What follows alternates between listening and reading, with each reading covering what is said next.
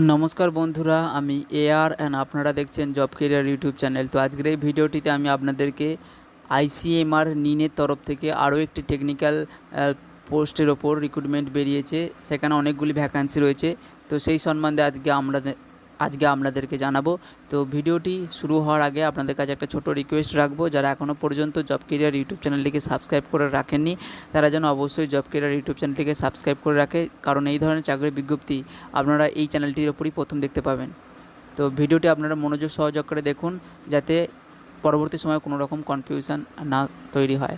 তো দেখুন, এখানে আইসিএমআর অর্থাৎ Indian council of medical research তরফে নিন অর্থাৎ ন্যাশনাল ইনস্টিটিউট অফ নিউট্রিশনের ডিপার্টমেন্ট থেকে এই রিক্রুটমেন্ট নোটিশটি পাবলিশ হয়েছে গত 22/5/2024 তারিখে।